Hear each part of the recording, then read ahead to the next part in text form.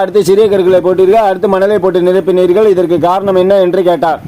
இப்போது செல்வந்தர் முனிவரை பார்த்து சொன்னார், பைய முதலில் மணல் கொண்டு நிரப்பியிருந்தால் அதற்குள் பெரிய கற்களையும் கூழாங்கற்களையும் சேர்க்க இடம் இருந்திருக்குமா என்று கேட்டார். முடியாது என்றார் செல்வந்தர். அதேபோல்தான் வாழ்க்கையும். செல்வந்தரே, வாழ்க்கையை மேம்படுத்தக்கூடிய அன்பு, கருணை, உடல்நலம், மனநலம் போன்ற உன்னதமான விஷயங்கள் அனைத்தும் பெரிய கற்களை போன்றவை. வேலை, வீடு, கார் போன்ற செல்வங்கள் கூழாங்கற்களை போன்றவை. கேளிக்கை, வீண் அரட்டை போன்ற அற்ப விஷயங்கள் மணல் போன்றவை.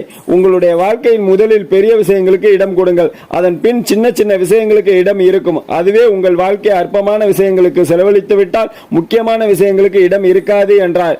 இப்போது மனம் தெளிவடைந்து வீட்டிற்கு புறப்பட்டார் செல்வந்தர். ஹாய் ஃப்ரெண்ட்ஸ், நாமும் பெரிய விஷயங்களுக்கு இடம் கொடுப்போம். அதான் அன்பு, கருணை, உடல்நலம், மனநலம் போன்ற உன்னதமான விஷயங்களுக்கு முக்கியத்துவம் கொடுப்போம். அதாவது அன்பு, கருணை, உடல்நலம், மனநலம் போன்ற விஷயங்கள் மனம் சம்பந்தப்பட்ட விஷயங்கள். அதனால் மனதிற்கு முக்கியத்துவம் கொடுங்கள். இந்த பெரிய விஷயங்களுக்கு நீங்கள் முக்கியத்துவம் கொடுத்தீர்கள் என்றீர்கள்னா வீடு, வேலை, கார் போன்ற செல்வங்கள், கூழாங்கற்களை போன்ற சின்ன விஷயங்கள் உள்ளே வரும்.